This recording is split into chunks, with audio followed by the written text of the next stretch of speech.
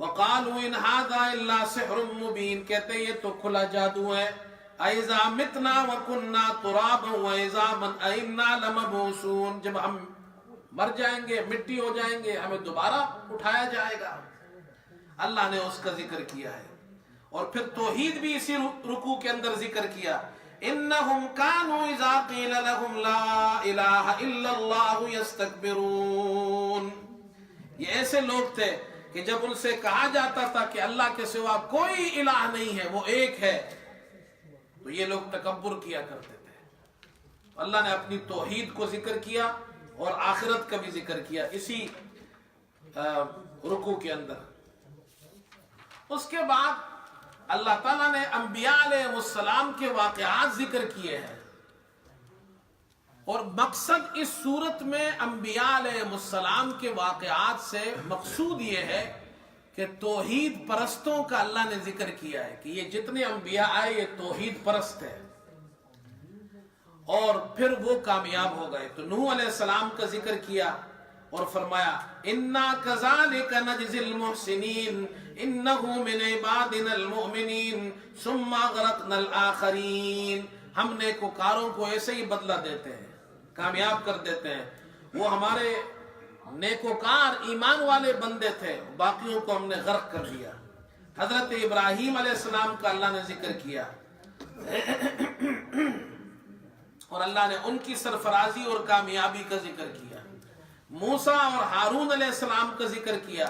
وَلَقَدْ مَنَنَّا عَلَى مُوسَىٰ وَهَارُونَ وَنَجَّيْنَاهُمَا وَقَوْمَهُمَا مِنَ الْكَرْبِ الْعَظِيمِ وَنَصَرْنَاهُمْ فَكَانُوا هُمُ الْغَالِبِينَ. اللہ فرماتے ہم نے ان کی مدد کی. یہ توحید پرستوں کا ذکر ہے کہ یہ توحید والے ہمیشہ کامیاب ہوئے ہیں، اور جہاں بھی توحید پرست ہوں گے وہ کامیاب ہوں گے، اور مشرک ہمیشہ ناکام ہوئے. اسی طرح حضرت الیاس کا ذکر کیا اور یونس علیہ السلام کا ذکر کیا. تو اس صورت میں اللہ نے انبیاء علیہ السلام کا ذکر کیا، ان کی کامیابی کا ذکر کیا. درمیان میں اللہ تعالیٰ نے حضرت ابراہیم علیہ السلام اور ان کے بیٹے کا واقعہ ذکر کیا ہے کہ دیکھو توحید پرست لوگ جو اللہ کو مانتے ہیں وہ ہر قسم کی قربانی دینے کے لیے تیار ہوتے ہیں. تو ابراہیم علیہ السلام کو اللہ نے بڑھاپے میں بیٹا عطا فرمایا اسماعیل، اور بیٹا بڑا ہو گیا. اب اللہ نے ان کو حکم دیا، اور حکم بھی ایسا کہ خواب دیکھا انہوں نے، اور خواب یہ دیکھا کہ وہ اپنے بیٹے کو ذبح کر رہے ہیں. یہ امتحان تھا، اور نبی کا خواب جو ہوتا ہے یہ سچا ہوتا ہے، یہ وحی ہوتی ہے. تو انہوں نے اپنے بیٹے سے کہا اللہ اکبر فَلَمَّا بَلَغَ مَعَهُ السَّعْيَ قَالَ يَا بُنَيَّ إِنِّي أَرَىٰ فِي الْمَنَامِ أَنِّي أَذْبَحُكَ فَانظُرْ مَاذَا تَرَىٰ، میں نے خواب دیکھا ہے کہ میں تمہیں ذبح کر رہا ہوں، تمہارا کیا خیال ہے؟ قَالَ يَا أَبَتِ افْعَلْ مَا تُؤْمَرُ، ابا جان جو آپ کو حکم دیا گیا ہے وہ پورا کیجئے. بیٹا بھی جانتا تھا کہ ابا نے جو خواب دیکھا ہے یہ سچا خواب ہے، یہ اللہ کا حکم ہے. اور غور فرمائے بیٹا کہاں ہے؟ بیت اللہ کے پاس، وہاں چھوڑ کر آئے تھے حضرت ابراہیم علیہ السلام. اور اماں نے ہاجر نے آپ کی تربیت کی بچے کی، اور ایسی تربیت کی اللہ اکبر کہ ابا جان آئے اور کہہ رہے ہیں کہ آپ کو ذبح کرنا ہے، اور بیٹا تیار ہو گیا. لے گئے ابا جان ان کو. یہ جو منی ہے جہاں ہم قربانی کرتے ہیں، یہاں پر اسماعیل علیہ السلام کو لے کر گئے. تو مفسرین نے لکھا ہے شیطان 3 مرتبہ نمودار ہوا، ظاہر ہوا. تو حضرت ابراہیم علیہ السلام نے پتھر مارا شیطان کو 3 مرتبہ. اس لیے وہ 3 شیاطین کی جگہ ہے، وہاں پر جب بھی حاجی جاتے ہیں تو وہاں شیطانوں کو کنکر مارتے ہیں. یہ بیت اللہ کی تعمیر حضرت ابراہیم علیہ السلام نے کی، ان کے بیٹے نے. تو یہاں مسلمان طواف کرتے ہیں. اور ابراہیم علیہ السلام تو وہ بنی اسرائیل بھی ان کو مانتے ہیں، نصارہ بھی ان کو مانتے ہیں. اللہ نے یہ ذکر کیا ہے قرآن میں کہ یہ گھر ان کا اور ان کے بیٹوں نے بنایا ہے. اور یہ جو صفا مروہ میں سعی کرتے ہیں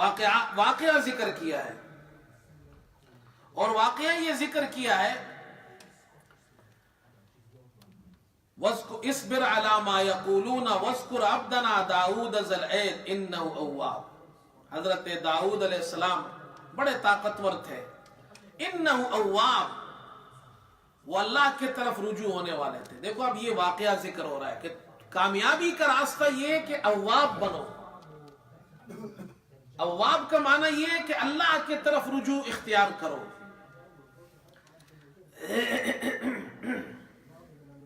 حضرت داؤد علیہ السلام پر ایک امتحان آیا اللہ کی طرف سے۔ مفسرین نے لکھا ہے کہ داؤد علیہ السلام نے اپنی فیملی کے لیے ایک ٹائم ٹیبل بنایا تھا۔ اللہ کے ایسے نبی بھی تھے دیکھو دنیا کے اندر، انہوں نے یہ ٹائم ٹیبل بنایا تھا کہ ہم جتنے فیملی ممبرز ہیں، یہ بڑی سننے کی بات ہے، یہ غور سے سننی چاہیے، جو ہماری مائیں بہنیں گھروں میں سن رہی وہ بھی سنیں کہ ہمارا ٹائم کتنا ضائع ہوتا ہے۔ آج ٹی وی کے سامنے بیٹھے ہوئے گھنٹوں پہ گھنٹے ضائع ہو رہے ہیں، موبائل کے سامنے بیٹھے ہیں، گانے سن رہے ہیں، یہ ادھر کانوں میں لگا کر ہیڈ فون، اور جناب کیا ہے بچے ہمارے اچھل رہے ہیں، کود رہے ہیں، کوئی پتہ ہی نہیں ہے۔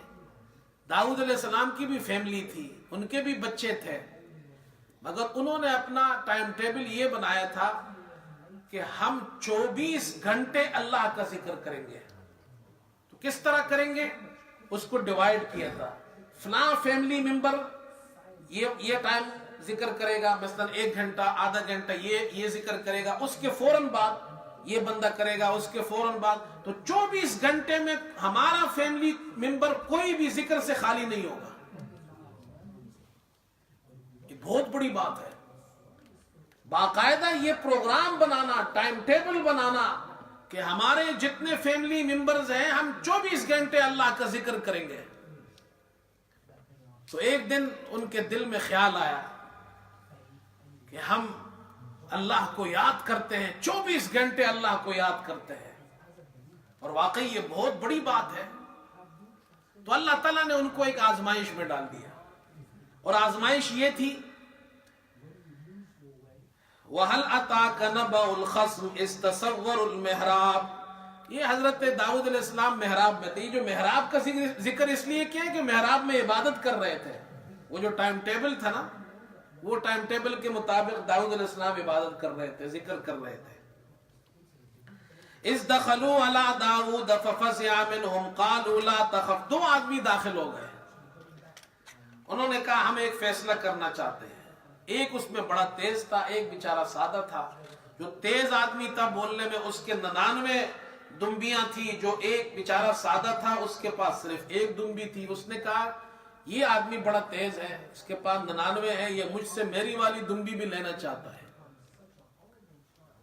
اور یہ ہے بھی تیز، بولنے میں بھی تیز ہے۔ تو حضرت سلیمان علیہ السلام نے کہا قال لقد ظلمك بسؤال ناجتك الى نعاجه، اس نے ظلم کیا ہے تجھ پر، تیری دمبی کو اپنی دمبی کے ساتھ جو ملانا چاہتا ہے، یہ ظلم ہے۔ اس کے بعد اب یہ ایک آدمی کی بات سن کر حضرت داؤد علیہ السلام نے جب یہ بات کی، اب ان کو ریئلائز ہو گیا کہ یہ تو میرے لیے امتحان تھا۔ وَظَنَّ دَاؤُودُ أَنَّمَا فَتَنَّاهُ، یہ سجدے والی آیت ہے۔ تو پھر انہوں نے استغفار کیا، اللہ کے سامنے رکوع کیا، وَأَنَابَ، اور انابت اختیار کی۔ دیکھو اللہ تعالیٰ نے ان کو اس آزمائش میں ڈال دیا کہ یہ 2 آدمی آئے اس طرح، اور ان کے لیے مسئلہ ان کے سامنے پیش کیا، تو اللہ تعالیٰ نے فرمایا انہوں نے جب اللہ کی طرف انابت اختیار کی تو اللہ تعالیٰ نے ان کو سرفراز کر دیا۔ لہذا مسئلہ یہ سمجھایا کہ تم اللہ کی طرف رجوع اختیار کرو، اس لیے کہ ہر مشکل میں اللہ کی طرف رجوع اختیار کرنا انبیاء کی سنت ہے۔ وَوَهَبْنَا لِدَاوُودَ سُلَيْمَانَ، پھر اللہ فرماتے ہم نے داؤد کو حضرت سلیمان جیسا بیٹا دیا، نعم العبد، بہت اچھا بندہ تھا۔ اب سلیمان علیہ السلام نبی بھی تھے، بادشاہ بھی تھے، لیکن اللہ کیا ڈسکرائب کر رہے ہیں کہ بہت بڑے بادشاہ تھے، ان کے پاس بڑی حکومت تھی. اللہ پاک ایک چھوٹا سا لفظ ذکر کر رہے ہیں، لیکن بظاہر تو چھوٹا سا لفظ ہے لیکن ہے بڑا طاقتور.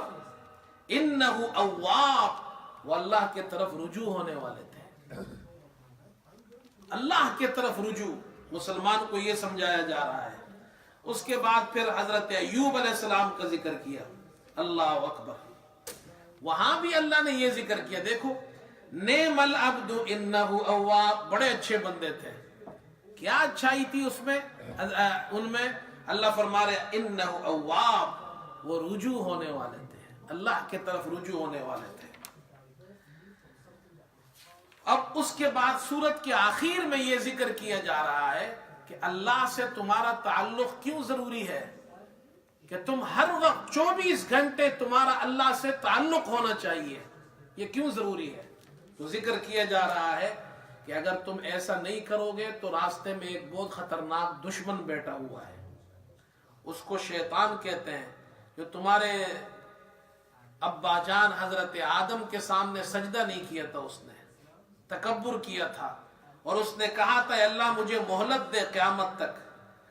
قال فبعزتک لاغوینہم اجمعین، تیری عزت کی قسم میں ان سب کو گمراہ کر دوں گا جو آدم کی اولاد ہے، اور جو تیرے خالص بندے ہوں گے وہ میرے ہاتھ سے نکل جائیں گے، اس کے علاوہ میں گمراہ کر دوں گا.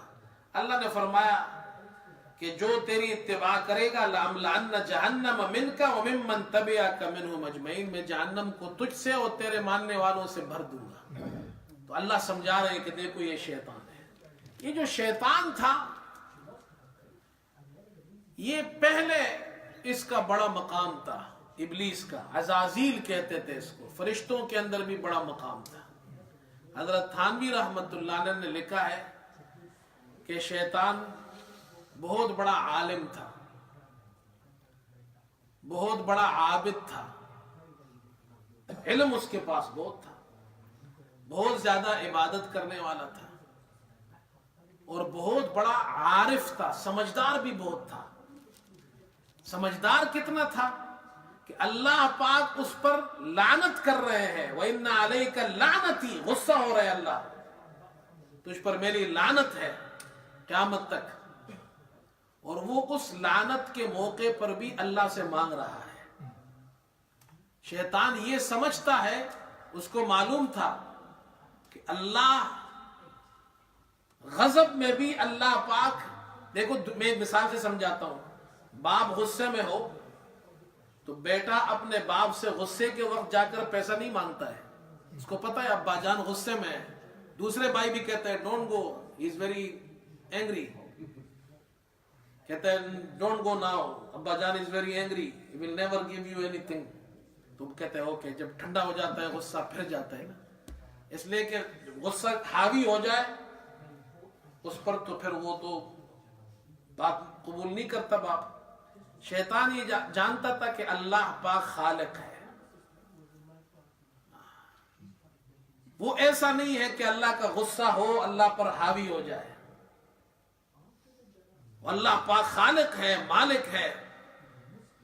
تو اللہ لعنت کر رہا ہے، اللہ لعنت کر رہے ہیں شیطان پر، اور شیطان اللہ سے کہہ رہا ہے، مانگ رہا ہے انذرنی الی یوم یبعثون، مجھے قیامت تک مہلت دے. اللہ نے کہا دے دیا. کتنا بڑا سمجھدار تھا. وہ جانتا تھا اللہ سے غصے کے وقت بھی مانگو تو اللہ اس وقت بھی دیتا ہے. لیکن حضرت تھانوی فرماتے ہیں وہ اس میں عالم والا عین بھی تھا، عابد والا عین بھی تھا، عارف والا عین بھی تھا، عاشق والا عین نہیں تھا. محبت نہیں تھی اس میں، سچا نہیں تھا. اگر واقعی سچا ہوتا تو اللہ نے جب کہا سجدہ کر تو فوراً جھک جاتا.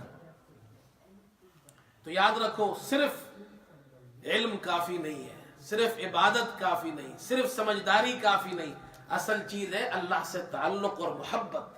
یہی سمجھایا جا رہا ہے.